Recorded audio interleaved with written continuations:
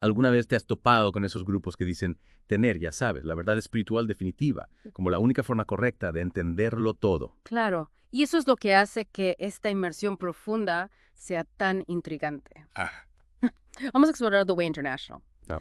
un movimiento que realmente gira en torno a las afirmaciones de su fundador, Victor Paul Wierwille. Interesante. Hizo algunas afirmaciones bastante extraordinarias sobre, bueno, ya sabes, la autoridad y la precisión de sus enseñanzas y de los materiales que produjo. Así que vamos a sumergirnos en la historia de esta organización, Sí. en cómo esas afirmaciones se comparan con, ya sabes, los análisis disponibles de sus obras, Exactamente. del contexto histórico. Eso es lo que haremos, y eso es lo que hace que esto sea tan fascinante. Nuestra misión hoy es realmente profundizar en esas afirmaciones Sí, para ayudarte, oyente, a comprender los principios básicos de The Way International. de acuerdo, ¿eh? Y ya sabes, para explorar algunas de las controversias que lo han rodeado. Absolutamente. Vamos a desglosarlo. ¿Por dónde empezamos? Bueno, The Way International fue fundado por Victor Paul Wierwille, Oh, y lo que es notable desde el principio es la visión casi mesiánica que sus seguidores tenían de él.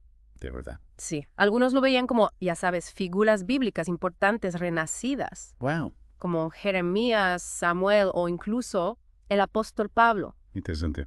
Quiero decir, la revista Time, a su manera peculiar, lo describió como un promotor teológico de pueblo. En serio. Sí, Ese es fascinante. afirmando tener la única interpretación pura y correcta de la Biblia desde el primer siglo. Esa es una afirmación bastante grande. Ciertamente lo es. Entonces, ¿cómo funciona The Way International? Ya sabes, en la práctica. Bueno, de alguna manera funcionaban como una iglesia. Ya veo. Ordenaban ministros, Wow. tanto hombres como mujeres, Ok. que realizaban ceremonias religiosas típicas como bodas y funerales. Ya veo. Aunque, curiosamente, los bautismos solo se realizaban a petición específica. Interesante. ¿Y qué pasa con la etiqueta de secta? Ah, sí, esa es una gran... Porque imagino que surgieron algunas controversias. Bueno, el propio Wierwille negó con vehemencia que TBI fuera una secta, Claro. pero otros, como la revista Time que mencionamos, lo etiquetaron precisamente así, Sí. incluso llamándolo la secta más grande y peligrosa del país en un momento dado. Wow, eso Es una gran discrepancia. Sí, ciertamente lo es. Y en cuanto a la membresía, las cifras exactas son difíciles de obtener, Ya veo. ya que la propia organización afirmaba no tener una membresía formal, Interesante. pero las estimaciones sugieren alrededor de 100.000 adherentes Ok. en los Estados Unidos internacionalmente. Wow. Su revista The Way, El Camino, tenía una tirada de aproximadamente 10.000 en ejemplares Ya. y tenía una presencia significativa a través de sus embajadores de Word Over the World, Palabras sobre el Mundo, que dedicaban un año a promover el movimiento.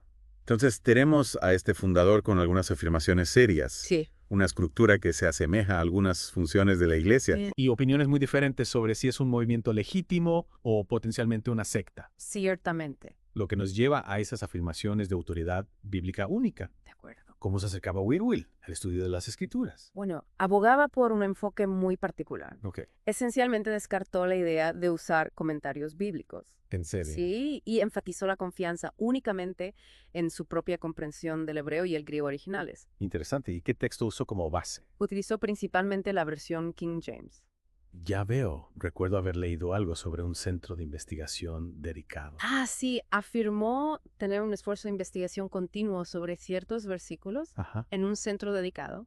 Creando una imagen de trabajo académico intenso. Precisamente. Pero los análisis de su trabajo respaldaron esa imagen. Exactamente. Claro. Los críticos describieron su manejo de las escrituras como rápido y superficial, ¿Oh?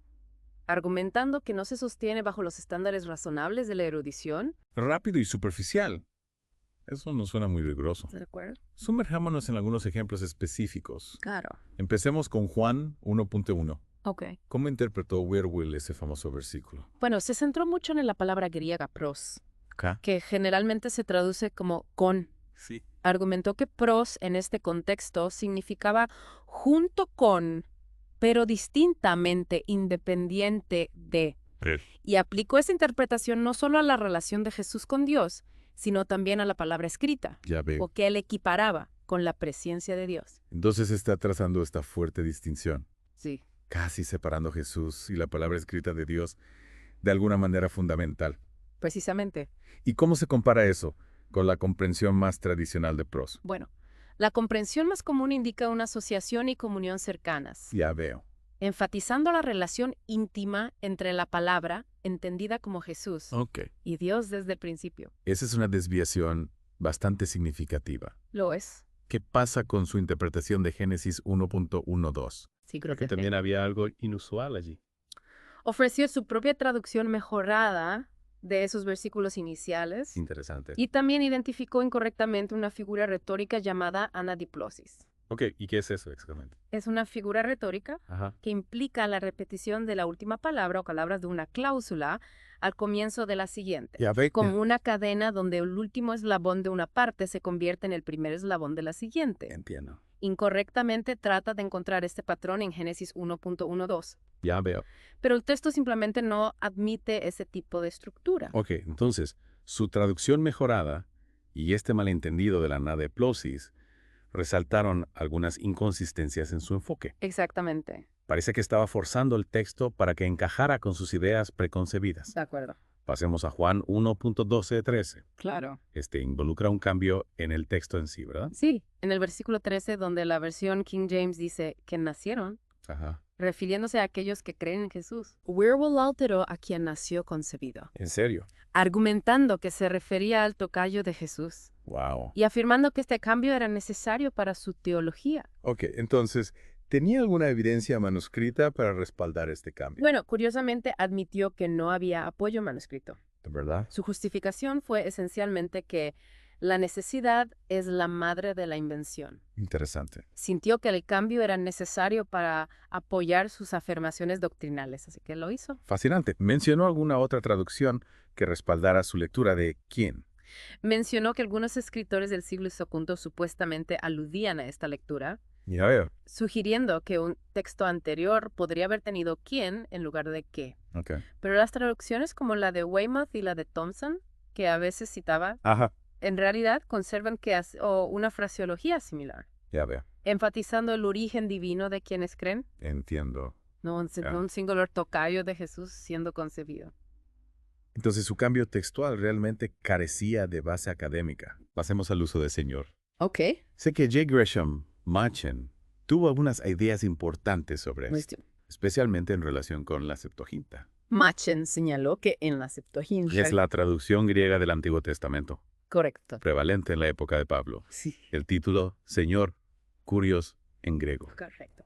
Se usaba para traducir el nombre hebreo Yahweh, Exactamente. una designación de deidad. Sí, era el nombre específico y personal de Dios en el Antiguo Testamento, Yahweh. como tu nombre de pila. Entiendo. Entonces, cuando la traducción griega usó Señor para Yahweh, fue un gran problema, Interesante. indicando un estatus muy elevado. Eh, Y luego Pablo aplica este mismo título, Curios, a Jesús en todos sus escritos. Entonces, cuando Pablo llama a Jesús Señor, no solo está usando un título educado, Exacto. está invocando un término que se entendía que significaba estatus divino. Precisamente. Y Machen advirtió sobre los peligros de tener un poco de conocimiento Sí. sobre las lenguas bíblicas. Correcto. Lo que implica que una comprensión superficial podría llevar a serias malas interpretaciones. Ciertamente.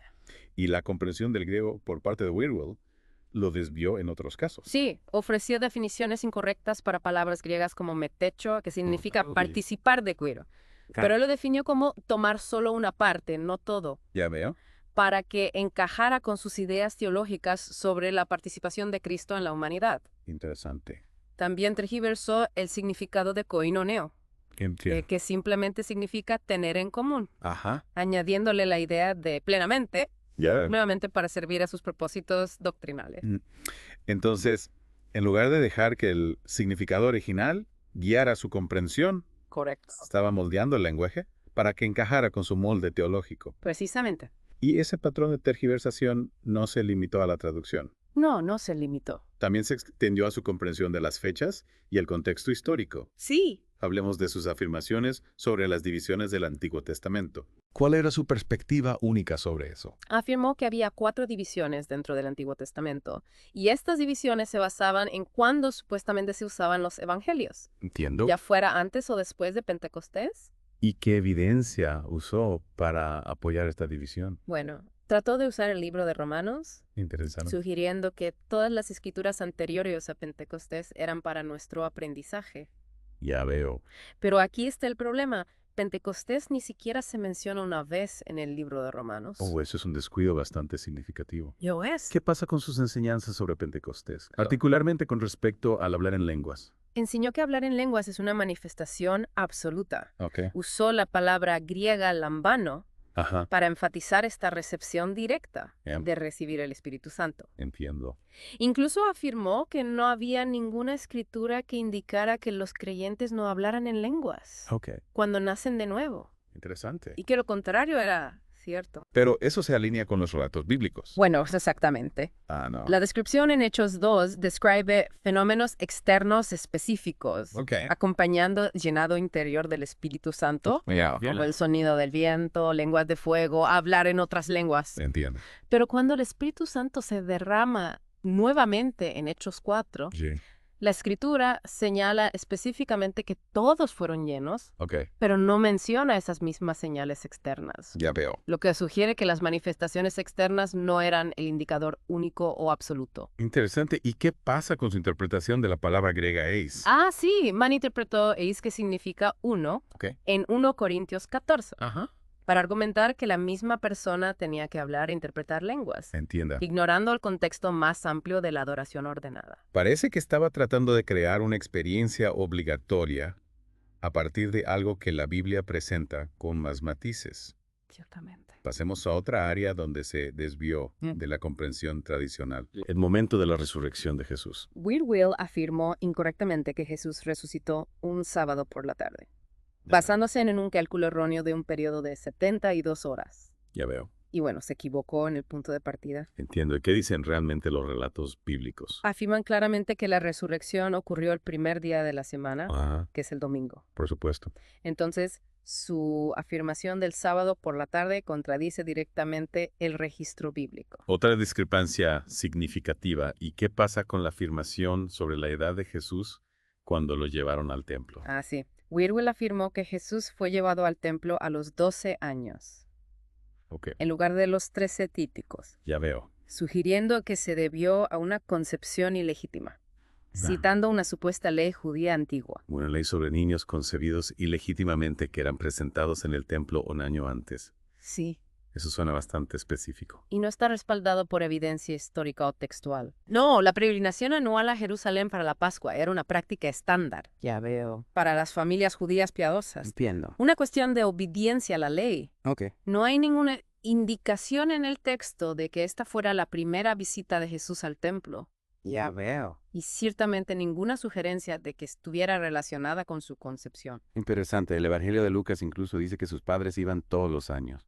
Exactamente. Entonces, parece que estaba inventando un escenario Sí, y una ley para que encajaran con su propia narrativa sobre los orígenes de Jesús. ciertamente parece así. Estamos viendo un patrón bastante claro aquí. Sí. Y estas malas interpretaciones de las escrituras y la historia no fueron solo errores académicos. ¿No lo fueron? Llevaron algunas aberraciones doctrinales significativas. Absolutamente. Hablemos de eso, Ok. comenzando con su negación de la Trinidad. Whitwell afirmó que los historiadores y teólogos estaban de acuerdo Ok. en que el concepto de una Trinidad cristiana no era parte de la iglesia del primer siglo y solo ganó prominencia bajo Constantino. Pero eso es una visión muy controvertida. Lo es. ¿Cuáles son algunos de los contraargumentos? Bueno, el concepto de la Trinidad, si bien se articuló completamente más tarde, Ok, tiene raíces que se remontan al Antiguo Testamento, ya veo. con insinuaciones en la forma plural del nombre de Dios, Elohim, Entiendo. y pronombres plurales usados para Dios. Ok. Y lo que es más importante, las propias afirmaciones de Jesús Ah, y la teología de Pablo, particularmente en pasajes como Filipenses 2, llame. sugieren fuertemente una comprensión trina de Dios. Entonces, la visión de Whitwell de la deidad, como solo el Padre hasta Pentecostés, es una desviación significativa. Lo es, una desviación significativa. Y ligado a su negación de la Trinidad estaba su comprensión de la deidad de Jesús, Correcto. o más bien, su falta de ella. Afirmó que Jesús no era literalmente Dios. Ok, No estaba con Dios en el principio, con todos los atributos divinos. ya veo. Y a menudo malinterpretaba los versículos donde Jesús es llamado el Hijo de Dios. Ajá. como prueba en contra de su deidad. Ese título, Hijo de Dios, no necesariamente niega la deidad, ¿verdad? No, en absoluto. De hecho, a lo largo de las Escrituras, Ok. Jesús reclama la deidad de varias maneras. Entiendo. Declaraciones como, yo y el Padre somos uno, en Juan 10.30. Ya veo. Antes que Abraham fuese, yo soy en Juan 8.58. Ok. Aceptó la adoración, Ajá. lo cual un mero humano no haría. Claro. Y realizó funciones que se atribuyen solo a Dios, como perdonar pecados. Dices, el término Hijo de Dios, en su contexto histórico y teológico, Correcto. a menudo significaba igualdad con Dios, no inferioridad. Precisamente. Otra diferencia doctrinal importante fue su enseñanza sobre la vida eterna, Sí. después de la muerte, al menos para los creyentes que no fueran Jesús. Enseñó que todos los individuos, excepto Jesús, Ok. permanecen muertos e inexistentes hasta la resurrección, Ya veo. lo que contradice numerosos pasajes bíblicos Entiendo. que indican que los creyentes van a estar con Cristo inmediatamente después de la muerte. Ok, ¿cómo cuáles? Bueno, las declaraciones de Pablo en Filipenses 1.21-23 Ajá. sobre desear vivir y estar con Cristo, Ya veo. o en 2 Corintios 5.8, Sí. sobre estar ausentes del cuerpo y presentes con el Señor. Entiendo. La promesa de vida eterna de Jesús a quienes creen también se opone directamente a esta enseñanza. Y finalmente, estaba su peculiar creencia sobre el arrepentimiento como un evento único. Sí, creía que el arrepentimiento solo ocurre en el momento de la salvación, lo que lo obligó esencialmente a ignorar numerosos llamados al arrepentimiento Ya veo. que se encuentran en todo el Nuevo Testamento, particularmente en las cartas a las iglesias en Apocalipsis 2 y 3, Ajá. que claramente se dirigen a los creyentes ¿Por qué? y las incitan a arrepentirse de fallas específicas. Entonces, es una red bastante compleja de malas interpretaciones interconectadas que llevaron a algunas doctrinas muy poco ortodoxas. Ciertamente. Ahora, antes de que terminemos, hablemos de la influencia de otros en las enseñanzas de Wierwille, particularmente con respecto a recibir el Espíritu Santo De acuerdo. y hablar en lenguas. Lo que es realmente revelador es la información que ha salido a la luz, incluyendo una fuente de YouTube Interesante. que indica que Victor Paul Wierwille en realidad copió porciones significativas de sus enseñanzas. De verdad. Sí. Sobre recibir el Espíritu Santo y hablar en lenguas. Sí, directamente del trabajo de otra persona llamada Jay Styles, Copiado. copiado, y empeora. Ah, sí. La evidencia sugiere que Wierwille mintió conscientemente sobre la fuente de este material Wow. en ediciones posteriores de su libro Receiving the Holy Spirit Today, Recibiendo el Espíritu Santo hoy. ¿En serio? Sí, cuando comparas los textos lado a lado, el alcance de la copia, Entiendo. no solo capítulos, sino párrafo tras párrafo, Ya veo. línea tras línea, palabra por palabra, Wow. se vuelve innegable. Entonces, inicialmente acreditó a otra persona. Parece que sí, en ediciones anteriores, Ya veo. pero luego eliminó ese crédito Interesante. y presentó el material como propio. Eso plantea serias preguntas sobre sus afirmaciones de una visión divina única. Ciertamente lo hace. Entonces, al concluir esta inmersión profunda, Y... está claro que cuando examinamos The Way International, ¿De acuerdo? particularmente las afirmaciones de Victor Paul Wierwille, Correcto.